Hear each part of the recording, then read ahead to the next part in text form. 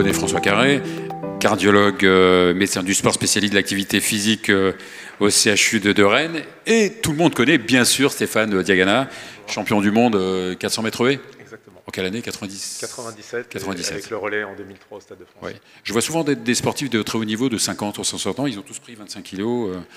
À première vue, c'est pas votre cas. Hein. Non, mais ça dépend pour quelle raison on a fait du sport au départ. Voilà. Ouais. Voilà. On va pas parler Sans de doute, dopage. c'est une des explications. Voilà, je vous laisse pour ce dernier duo. Bien, bonjour à tous et bonjour à tous. C'est un plaisir et un honneur de partager ce moment, surtout dans cette enceinte, qui est quand même quelque chose qui nous fait frissonner. Hein.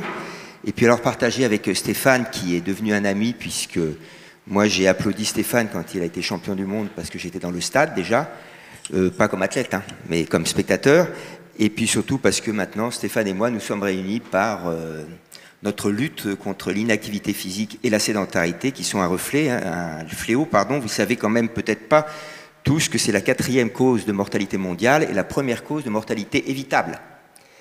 Donc c'est un facteur de risque majeur de maladies cardiovasculaires qu'on oublie, et nous sommes face à un tsunami d'inactivité physique et de sédentarité, ce qui va nous poser des problèmes. Et donc c'est pour ça qu'avec Stéphane, on travaille depuis longtemps ensemble. Mais je vais lui laisser la parole.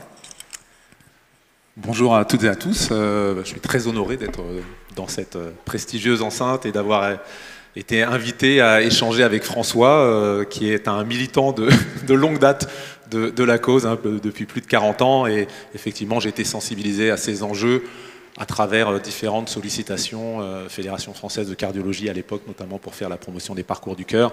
Et puis, j'ai été amené à découvrir les enjeux de l'activité physique. Donc ma première question, elle sera autour du sport, mais plus particulièrement de l'activité physique, tout simplement pour que vous nous disiez, François, en quoi l'activité physique est essentielle à notre santé. Alors effectivement, il faut séparer le sport est une activité physique, mais toutes les activités physiques ne sont pas du sport. Donc vous avez entendu parler de sport sur ordonnance, c'est à mon avis un très mauvais terme, mais c'est vrai que ça marque plus l'activité physique sur ordonnance. Donc il ne faut pas mélanger les choses, et je me rappelle très bien qu'au début, quand j'ai parlé à mes patients, je vais vous faire du sport, ils m'ont dit, vous voulez me tuer, docteur? Donc j'ai arrêté de parler du sport et on va parler d'activité physique. Cette activité physique, donc, elle est essentielle et on différencie deux choses maintenant, c'est l'inactivité physique et la sédentarité. En 2 mots, c'est le temps que vous passez assis. Et nous avons tout à l'heure parlé des addictions, il y en a une nouvelle qui s'appelle la chaise, dans la société actuelle, et qui tue. Plus que le tabac, si vous vous raisonnez en valeur absolue quand même, donc j'insiste. En pourcentage, c'est pas vrai, parce qu'il y a beaucoup plus de gens qui sont trop assis que de gens qui fument. Mais en valeur absolue, c'est quand même le cas. Alors pourquoi cette activité physique est essentielle?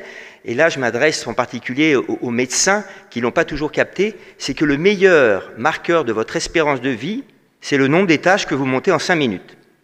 C'est pas la peine d'aller doser le cholestérol, etc. C'est très simple. Quelqu'un qui a fait un infarctus et qui a eu un cancer, qui monte 5 étages, vivra plus longtemps que quelqu'un qui n'a jamais été malade, qui en monte 2. Et vous n'avez qu'un moyen d'augmenter votre capacité physique, il n'y en a pas 2, c'est de bouger. Nos médicaments n'augmentent pas la capacité physique des malades. Nos médicaments diminuent les symptômes des malades pour qu'ils puissent bouger. Mais si j'ai un insuffisant cardiaque, et j'en ai eu quelques-uns dans ma carrière, parfaitement équilibré sur le plan thérapeutique, qui reste dans son lit toute la journée, il va mourir bientôt. C'est assez simple en réalité. Donc en fin de compte, oui, l'activité physique est essentielle et pour augmenter cette capacité physique. Et là où ça devient un petit peu plus compliqué, c'est un peu comme médecine, c'est qu'aujourd'hui on sait que bouger c'est bien, mais bien bouger c'est mieux. Donc dans la recherche, on cherche qu'est-ce qui va nous permettre de proposer à nos patients comme activité physique qui va leur faire augmenter le nombre d'étages qu'ils peuvent monter le plus vite possible pour qu'ils progressent rapidement. Et c'est ce qu'on appelle maintenant l'activité physique adaptée. Donc vous avez peut-être entendu parler de ça. Aujourd'hui, ne pas prescrire de l'activité physique à un malade chronique, c'est une perte de chance pour le malade. Donc ça, il faut que tous les médecins se le mettent en tête et c'est très, très important. Merci François. Alors on a parlé d'activité physique, on parle de sport et comme dans toute chose, il y a peut-être des enjeux de dosage, des effets dose-réponse. Sur le sport, qu'est-ce qui t'inquiète le plus si on va dans les pratiques trop importantes? Est-ce que c'est plutôt le volume de pratique ou l'intensité, ou est-ce que l'on en est dans la recherche? Alors, dans la recherche, effectivement, au niveau du sport, on a souvent le débat, oui, mais faire trop de sport, ça peut abîmer le cœur. En réalité, ça abîme plus les articulations quand même, il faut quand même insister dessus. Mais au niveau du cœur, on peut peut-être avoir des limites. Et c'est vrai qu'on se pose des questions sur l'intensité. on a publié il n'y a pas très longtemps un article, on s'est basé sur les données de sportifs de très très haut niveau dans 30 disciplines, qui rapportaient sur Internet des problèmes cardiovasculaires. On a quand même été marqué parce qu'il y a un sport qui rapporte énormément d'accidents, c'est le triathlon. Et le triathlon olympique, c'est-à-dire le triathlon 1500 mètres de natation, 40 km de vélo et 10 km de course à pied, parce que ces athlètes-là ne font que du fractionné. Ils ne font jamais d'endurance. Ils s'entraînent 3 fois par jour, en fractionné dans l'eau, en fractionné sur le vélo, en fractionné sur la course à pied. Et ce qui a été marquant quand même, c'est qu'on arrive quand même à, dans le déclaratif sur Internet, pour les meilleurs sportifs du monde, on a pris les 10 meilleurs sportifs, le top 10 pendant 10 ans, enfin c'est pas moi, c'est une étudiante qui l'a fait, et donc elle a très bien montré que si vous prenez les hommes comme les femmes en triathlon, on tourne aux alentours de 4 à 5% de problèmes cardiovasculaires dans leur carrière. Après, c'est les cyclistes professionnels, 1%. Et après, les hommes simplement, et dans les autres, c'est beaucoup plus bas. Alors la majorité partie de ces troubles cardiovasculaires, c'était des troubles du rythme supraventriculaire. Mais vous avez quand même, il faut le savoir, dans le monde du triathlon, un champion olympique et 2 champions, une championne olympique et 2 champions du monde qui portent un défibrillateur. Vu le nombre de triathlètes dans le monde, c'est quand même un pourcentage très important. Donc effectivement, comme tu le dis, peut-être que l'intensité, et le ventricule droit, manifestement, n'accepte pas forcément très bien toute l'intensité qu'on peut soumettre. Alors on peut arriver au pire des choses, bien sûr, c'est le problème de la mort subite, l'arrêt cardiaque, je dirais plutôt, parce qu'aujourd'hui, l'arrêt cardiaque du sportif pose encore des problèmes importants, et tout simplement, nous ne savons pas pourquoi, dans 40% des cas, le sportif fait un arrêt cardiaque. Alors c'est l'objectif, c'est de là qu'est partie l'idée de l'étude Résoudre, qu'on met en place à Rennes et qui est une étude nationale. Et parmi nous, il y a les rythmologues français vont tous participer à cette étude qui devrait démarrer en janvier. La question, c'est de dire, une étude dans la population générale a montré que si on fait une enquête génétique chaque fois qu'il y a un arrêt cardiaque ou une mort subite, dans la population générale, quel que soit l'âge, on améliore le diagnostic de la mort subite de 30%. Actuellement, chez le sportif, on n'a pas de cause retrouvée dans 40 à 45% des cas selon les études. Alors on dit on ne sait pas de quoi la personne est morte ou l'autopsie est blanche, ce qui est étonnant, c'est-à-dire que l'autopsie n'a rien montré, mais il est bien mort de quelque chose. Et on voudrait faire cette étude maintenant en France sur tous les jeunes sportifs entre 12 et 35 ans qui font un arrêt cardiaque, faire l'étude génétique complète chez ces gens-là, et ce sera une étude qui sera faite en particulier avec la Pitié-Salpêtrière pour l'étude de l'exome qui va être réalisée, et cette étude a été soutenue et retenue par la Fondation Cœur et Recherche, que je tiens à remercier ici, qui nous a permis d'avoir les fonds pour débuter, et on espère débuter cette étude prochainement. Donc cette étude s'appelle Résoudre, et elle devrait débuter bientôt. Alors justement, moi, puisque j'ai l'occasion de parler un petit peu avec toi, parce que quand on parle des morts subites, c'est étonnant, dans 40% des cas, les sportifs ont eu des prodromes avant, mais ils n'en parlent pas. Alors est-ce que toi, tu faisais attention à ton cœur en tant qu'athlète? Ou tu fais attention à tes ischio-jambiers ou tes quadriceps? Non, on fait attention à notre cœur. Hein, il est suivi. Alors c'est plus vrai quand on atteint le haut niveau, mais avant d'atteindre le haut niveau, il est suivi quand on est en haut niveau de pratique déjà régional, mais pas forcément à haut niveau de performance. C'est sans doute là que le bas blesse un petit peu pour l'accompagnement des plus jeunes. Après, quand on entre à l'Institut national des sports, forcément, on a un suivi, ne serait-ce que pour les tests de performance sportive qu'on peut faire sur tapis avec les échanges gazeux, mais on suit aussi bien sûr le cœur. Et là, on peut détecter des problèmes de rythme cardiaque. Moi, j'en ai eu quelques-uns qui ont été jugés bénins et j'ai été suivi pour ça. D'accord. Donc globalement, le sportif ressent bien quand son cœur bat pas comme d'habitude.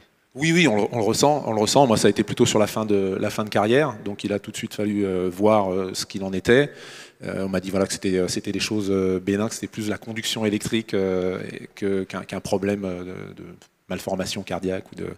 Et donc voilà, ça a été assez vite pris en charge. Le problème, comme je le dis, c'est quand on n'est pas à l'INSEP, quand on n'est pas dans un centre avec notamment des cardiologues qui sont aussi capables de voir le côté atypique du cœur, du fait de certaines pratiques. On sait que les pratiques d'endurance donnent des cœurs un peu atypiques.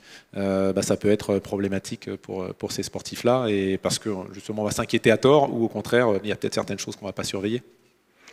Alors justement, on a parlé un petit peu des arrêts cardiaques chez le sportif. Alors, on a eu une évolution majeure. Malheureusement, cette évolution elle a été due à la mort de Marc Vienfoué en 2003 lors de la demi-finale de la Coupe intercontinentale dans le match Cameroun-Colombie, où Marc Vienfoué est mort sur le terrain de sport. Juste pour l'anecdote, c'est une anecdote tragique. À l'époque, la FIFA interdisait aux urgentistes d'entrer sur le terrain. C'est pour ça qu'il n'a pas été réanimé, Marc Vienfoué. Les urgentistes, ils étaient sur le terrain. C'est un très bon ami à moi qui était sur le terrain. Il n'a pas eu le droit d'entrer sur le terrain. Et donc, Marc Vienfoué est décédé. Donc maintenant, ça a changé. Vous avez vu Eriksen au dernier Euro. 51 secondes, il est massé. Et 2 minutes et quelques, il est choqué. Donc, on a bien l'importance des gestes appelés massés, défibrillés. Et aujourd'hui, dans la mort subite, eh bien, les gestes de secours sont quand même le meilleur moyen de sauver les gens. On ne sait pas prévenir la mort subite. On ne peut pas dire, alors je sais que je n'ai pas fait de la voyance, donc c'est peut-être pour ça, mais en tout cas, je ne suis pas capable de dire à un sportif, vous allez faire un arrêt cardiaque. Je peux lui faire tous les tests d'effort que je veux, faire les échos, les IRM, des fois on ne les détecte pas. Par contre, quand l'accident arrive, il faut intervenir rapidement. Et c'est possible de le faire, puisque depuis 2003, on s'est battu, et sachez aujourd'hui, quand on parle avec Éloi Marijon, qui est celui qui connaît le mieux dans le sujet, dans le domaine, nous sommes en France sur 50 à 60% de sujets réanimés ou ressuscités, comme vous voulez, lorsqu'il fait ça pendant le sport. Pourquoi? Parce qu'il y a un témoin, dans 85% des cas. Et les témoins se sont un petit peu formés, et je voulais savoir si, toi, dans ton expérience, tu as l'impression que les sportifs sont vraiment formés aux gestes de secours. Alors, je ne pense pas, non, parce que c'est pas dans notre cursus, dans le parcours. Moi, j'ai été formé, mais plus du fait des relations que j'avais, comme je le disais, avec la Fédération française de cardiologie ou sur des événements de sensibilisation, et j'en ai profité pour apprendre. Mais c'est vrai que ça devrait être, on peut en parler à l'école aussi, on peut en parler dans les universités, ça devrait être une formation d'adultes. On fait plein de cours de citoyenneté, mais ça devrait faire partie de choses qui sont incontournable pour moi et forcément à l'école pour ne rater personne. Alors quel est le bon âge, je ne sais pas, mais en tout cas ça devrait être une chose à laquelle on ne devrait pas échapper vu l'effet et l'efficacité que ça a quand on s'y prend bien. Donc ça veut dire qu'effectivement, pour terminer, je crois qu'il faut vraiment insister sur ce geste citoyen, parce que je vous rappelle que dans la population générale, la survie c'est 5 à 7%. Le sport a pu montrer qu'on pouvait monter à 50-60, les Américains, il y a des endroits, c'est 90% de survie des sportifs qui font un arrêt cardiaque sur le terrain. Alors vous allez me dire, c'est pas la même population, c'est vrai, mais il y a surtout des gens qui font le massage, des gens qui appellent, des gens qui défibrillent. Donc je crois que là aussi, il y a encore beaucoup d'efforts à faire. Juste restez là. Juste, donc le message, c'est qu'il n'y a quasiment jamais de contre-indication à la pratique d'activité physique. Non, tout au moins une activité toujours adaptée en fonction de sa pathologie. Sur le plan cardiologique, actuellement, on a une pathologie, on va dire, on peut élargir un tout petit peu, une pathologie pour laquelle on déconseille le sport intense ou l'activité physique intense, que ce soit en loisir ou en compétition. Intense, ça veut dire que vous êtes essoufflé, vous ne pouvez ni parler ni chanter. C'est toujours ce que je prends comme exemple à mes patients. Moi, modéré, c'est je peux parler, mais je ne peux pas chanter à cause de l'essoufflement. Cette pathologie, c'est la maladie arythmogène du ventricule droit. On pourrait élargir ça à toutes les cardiopathies arythmiques, en particulier toutes les pathologies génétiques, par exemple, et l'aminopathie. On sait que si vous faites de l'activité physique intense, vous aggravez la pathologie. Alors je ne l'ai pas dit, c'est vrai, mais dans l'arrêt cardiaque du sportif, ce n'est pas le sport qui provoque la maladie, le sport la révèle. C'est pour ça qu'on fait des tests d'effort d'ailleurs. Mais actuellement, nous n'avons pas de données montrant que le sport a créé une pathologie qui a entraîné la mort. Je vous ai parlé des triathlètes, c'est plutôt des troubles du rythme supraventriculaire, donc pas létaux dans l'immense majorité des cas. Stéphane, vous avez beaucoup travaillé au niveau du sport et de l'activité physique au travail. Oui, vous travaillez beaucoup là-dessus, hein, vous êtes un peu partout. Oui, sur le sport et l'activité physique au travail, mais j'ai travaillé sur un projet, je suis à l'origine d'un projet qui s'appelle As du Cœur, qui fait l'objet d'une étude multicentrique aujourd'hui pour étudier la faisabilité d'une prise en charge, je dirais, de l'intégration de l'activité physique dans la prise en charge thérapeutique des patients en aval des centres de soins de suite. Donc ça fait l'objet d'une évaluation, avec une évaluation de performance bien sûr médicale, mais médico-économique. Et on a travaillé avec des coronariens, des insuffisants cardiaques. On avait même quelqu'un qui avait un circulateur, un Jarvik, qui avait pu faire de l'activité avec un centre et un cardiologue, le CHU de Nice, et puis un cardiologue d'un hôpital privé gériatrique qui nous accompagnait sur ce projet. Donc, et cette personne a réussi, si on adapte, toute la question est l'adaptation et de mettre toutes les compétences autour de la table et que les encadrants soient bien formés aux enjeux de ces pratiques-là pour ces patients fragiles. Je pense que ça pourrait intéresser l'assistance que tu nous donnes sur cette étude pilote. Il y en a une autre qui est maintenant une étude d'article 51, puisque vous avez poursuivi sur une grande population. Au niveau de l'économie, chez ces patients, au niveau des médicaments comparés aux coronariens qui ne faisaient pas d'activité physique. Parce que comme on nous reporte toujours que ça coûte trop cher de faire l'activité physique, c'est pour ça qu'on ne veut pas la rembourser, je crois que c'est quand même intéressant à entendre. C'est un programme de 5 mois donc, dans les Alpes-Maritimes, et on s'était rapproché du régime social des indépendants, du RSI, à l'époque Sécurité sociale des indépendants maintenant, pour accéder aux données, aux dépenses de santé. Et en fait, en 5 mois d'intervention, à raison de 2 séances encadrées et une recommandée, avec un suivi téléphonique aussi, on a réussi à impacter les dépenses de santé de moins 30%, avec 5 mois d'intervention sur l'ensemble des 12 mois par rapport à la consommation moyenne des 2 années précédentes ou la consommation moyenne des 2 années précédentes des 2000 personnes dont ce petit échantillon de 50 personnes était extrait. Voilà. Il nous reste 30 secondes. Oui. François, on sait qu'il y a 2 situations qui sont délétères pour la santé. C'est évidemment la sédentarité et peut-être aussi le sport extrême. Avec cette mode de l'ultra-trail, etc. On a l'impression que les gens vieillissent avant l'heure. Le sport extrême, je pense que il faut regarder la longévité des sportifs. Je sais que ça ennuie toujours beaucoup de personnes, mais même l'étude de l'HEGP avec l'équipe de Xavier Jouven et Loa Marijon a montré que chez les cyclistes, vous avez une espérance de vie de 6 ans supérieure à la population générale. Par contre, ce qui est vrai, c'est qu'au niveau des consommations d'anti-inflammatoires et d'antidouleurs pour les articulations, là, le sport paye un lourd écho. Mais au niveau cardiologique, je crois qu'il n'y a pas de sport extrême. L'ultra-trail est mauvais pour les genoux, pas pour le cœur, parce qu'en fin de compte, votre cœur ne monte pas beaucoup en ultra-trail en réalité. Stéphane, on est à un peu moins d'1 an des Jeux Olympiques. Est-ce que du coup, il y a une meilleure sensibilisation, une certaine émulation? Est-ce que les gens pratiquent un peu plus d'activité physique?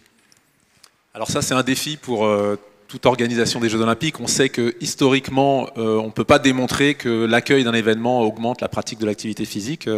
Le COJO, le comité d'organisation, aimerait bien s'appuyer là-dessus, mais les chiffres sont clairs. Par contre, dès que l'on met des choses en place et qu'on se sert de l'élan des Jeux, là on a des résultats locaux qui ont pu être observés, mais ça ne peut pas être juste comme ça, si on ne fait rien, il faut s'en emparer et profiter de cette dynamique, et il y a beaucoup de gens qui vont se remettre au sport si on les encourage dans les collectivités territoriales à le faire, si on lève tous les freins à la pratique, bien sûr ça aide et c'est un très très bel élan. Et juste pour information, les 30 minutes d'activité physique à l'école, c'est grâce au collectif Pour une France en forme, c'est-à-dire qu'on a conseillé, on a vraiment poussé Tony Estanguet à dire à M. Blanquer, il faut mettre 30 minutes, ça rentrera dans l'héritage. Donc c'est ce que dit Stéphane, c'est pas les Jeux Olympiques qui vont faire du sport, mais il faut en profiter pour proposer des nouveautés comme les 30 minutes d'activité physique quotidienne à l'école. Merci François, merci Stéphane.